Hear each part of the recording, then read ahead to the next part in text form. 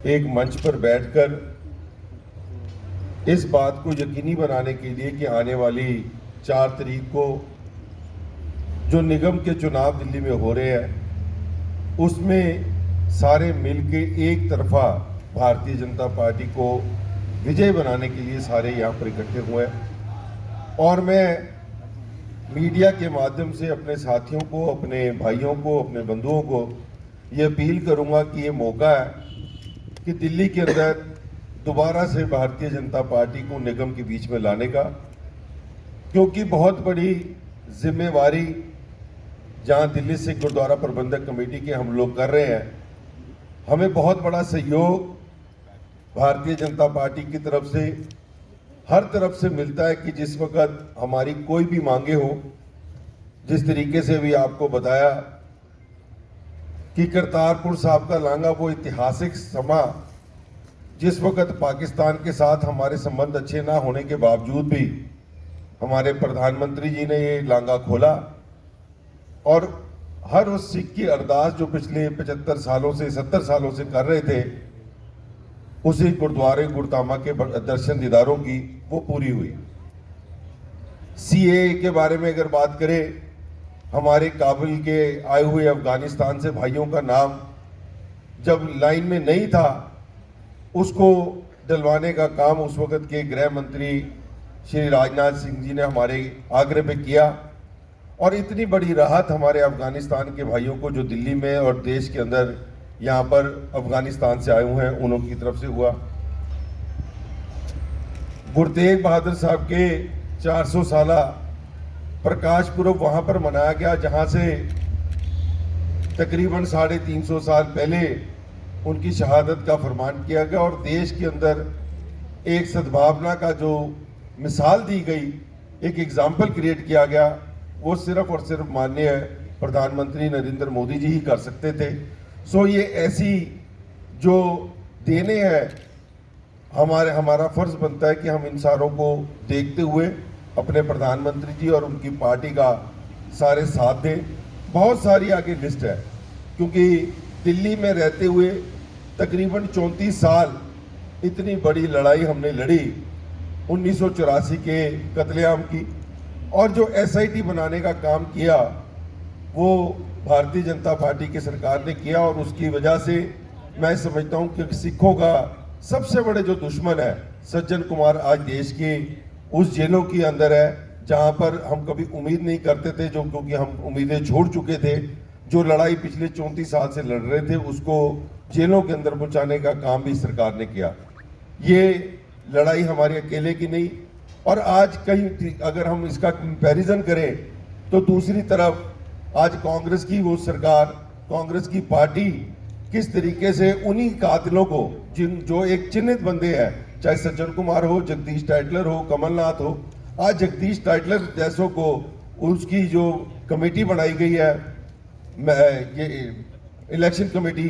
Declare करने के लिए, उसमें उसको डाला गया। ये कंपैरिजन है, एक तरफ जेलों की सलाखों के बीच में भेजा जा रहा है, दूसरी तरफ इलेक्शन कमेटी उन लोगों को चुनने के लिए जो दिल्ली को चलाने के लिए। सो ऐसे कई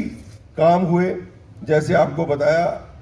कि 26 दिसंबर को बाल दिवस बनाने का जो काम किया हमारे भाई परवेश वर्मा जी ने और सरदार मनजिंदर सिंह सिरसा ने जो ये मूवमेंट शुरू की, उसको प्रधानमंत्री जी ने मोहर लगाई और आज देश दुनिया के अंदर हमारे साहिबजादों को याद किया जाना 26 दिसंबर से शुरू हुआ है। जिस तरीके से मनाने का काम सरकारी तौर के ऊपर कौम अपने निजी लेवल के ऊपर मना रही थी, मगर आज दुनिया के हर लोग, हर वर्ग के लोग इस बच्चों साहिबजादों की जो शहादत है उसको आज मानने लगे हैं। ये सिर्फ और सिर्फ भाई नरेंद्र मोदी जी की वजह से हुआ। सो ऐसे हमारे, अगर हम कॉलेजों की बात करें, अपनी पढ़ाई की बात करें,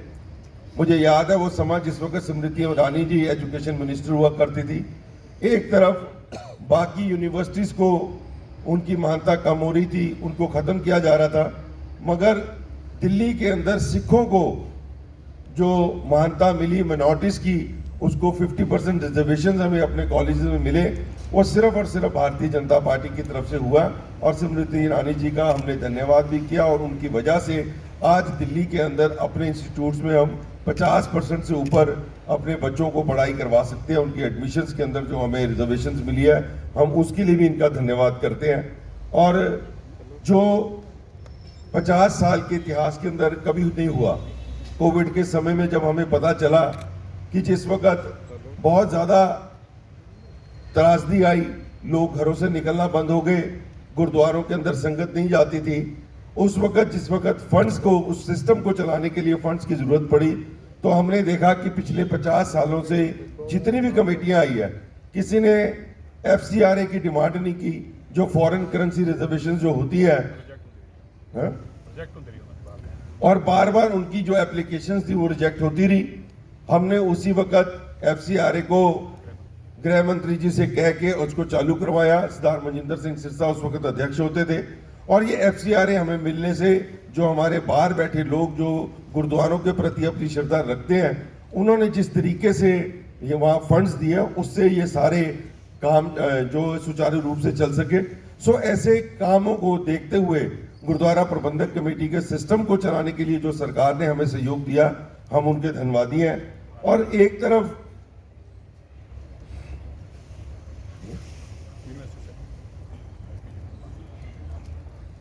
तरफ अगर हम कंपैरिजन करें तो दिल्ली के अंदर जो पंजाबी भाषा का जो मैं समझता हूं कत्ल हुआ है, वो आम आदमी पार्टी की तरफ से हुआ है। आप देखा आपने कि किस तरीके से वोकेशनल जो कोर्सेज शुरू करके पंजाबी भाषा को बिल्कुल यूनिवर्सिटी से बाहर निकाल दिया गया, एक बड़ी सोची समझी साजिश के तहत। आम आदमी पार्टी के ऊपर भरोसा करके दिल्ली की संगत ने उनको चुन के भेजा, मगर जिस तरीके से उन्होंने धोखा दिया, और मैं खास करके सिखों के बारे में बात करूं, 1984 का जो तिलक विहार के अंदर कॉलोनी है उसको मालकाना हक देने का काम किया, और बात करते रहे कि हम देंगे देंगे, मगर आज 7 सालों में हर वक्त 1984 के जब दिन आते हैं, 1 नवंबर, 2 नवंबर, 3 नवंबर को वादे करके वहां से चले जाते हैं। और उसके साथ साथ सबसे ज्यादा जो उन्होंने द्रोह कमाया कि वहां पर जो बिजली के बिल, जिसका बहुत बड़ा प्रचार दिल्ली के अंदर कर रही है आम आदमी पार्टी, 5-5 लाख रुपया उन घरों के ऊपर जो है बिजली के बिल आने शुरू हो गए। सो ऐसी लोगों के साथ धोखा करना, जितने MLA जीत के आने के बावजूद भी आज 8 सालों के अंदर आम आदमी पार्टी ने एक भी सिख को मंत्री पद में नहीं लेके आए। मैं समझता हूं कि इससे बड़ा द्रोह और कोई कमा नहीं सकता। सो मैं सिखों को अपील करूंगा कि जो पार्टी हमारे साथ मिलके हमारी मांगों को पूरी करती है, हमारी मांगों के लिए हमेशा आगे बढ़ते हैं, और हमारी कई ऐसी मांगे हैं। यूनिवर्सिटीज़ की मांग हमने प्रधानमंत्री जी से कर रखी है कि दिल्ली के अंदर अपनी यूनिवर्सिटी दी जाए। हमारे बंदी सिंहों का बहुत बड़ा इशू है, उसके बारे में हमने हमारी बातें चल रही हैं। और हमें अफसोस भी वहाँ पर हुआ कि जिस वक्त गुरु नानक देव महाराज जी के 550 साल पे जब प्रधानमंत्री जी ने प्रोफेसर भुल्लड़ की रिहाई के बारे में बात की, मगर पंजाब में सरकार आने के बावजूद भी और दिल्ली में सरकार होने के बावजूद भी कोई बंदी सिंहों की बात नहीं कर रहा। सो हमने ये मांग भी गृह मंत्री जी से और प्रधानमंत्री जी से रखी हुई है, और हमें पूरी उम्मीद है कि इनके ऊपर भी चर्चा करके इनको जल्दी रिहा किया जाएगा। सो मैं दिल्ली की समूह संगत हूँ, एक बार फिर से अपील करता हूँ समूची दिल्ली से गुरुद्वारा प्रबंधक कमेटी की तरफ से कि जो सहयोग हमें पार्टियों ने दिया, जिनकी वजह से आज हमारे विद्यक अदारे, हमारे गुरुद्वारा, हमारे हॉस्पिटल जो सुचारू रूप से चल रहे हैं, ये भारतीय जनता पार्टी की बहुत बड़ी हमारे साथ एक साझ होने के साथ, एक अलायंस होने के साथ इन्होंने जो हमारे साथ किया, हम बिल्कुल इनको विश्वास भी दिलाते हैं और अपनी संगत को अपील करेंगे कि भारतीय जनता पार्टी के हर नुमाइंदे को अपने इलाके से काउंसलर बना के उनको जिता के भेजें। बहुत बहुत धन्यवाद। बहुत बहुत धन्यवाद। आज आपने देखा है सुबह से एक फोटो चल रही है, राहुल गांधी कमलनाथ के गले में हाथ डालकर चल रहे हैं। राहुल गांधी 1984 के कातिल के गले में हाथ डालकर चल रहे हैं। बस इतना ही अंतर है कि जब मोदी जी हैं तो परमजीत कौर जो 1984 की पीड़ित है उसको गले से लगाते हैं और उसको टिकट देते हैं तिलक नगर से, और कमलनाथ को गले से, कातिल को गले से कौन लगाती है? कांग्रेस। बस इतना ही अंतर है, कांग्रेस हो, आम आदमी पार्टी हो, ये 84 के कातिलों को गले लगाते हैं, और भारतीय जनता पार्टी जो है वो उन पीड़ितों को इंसाफ देने के लिए अपने गले लगाती है।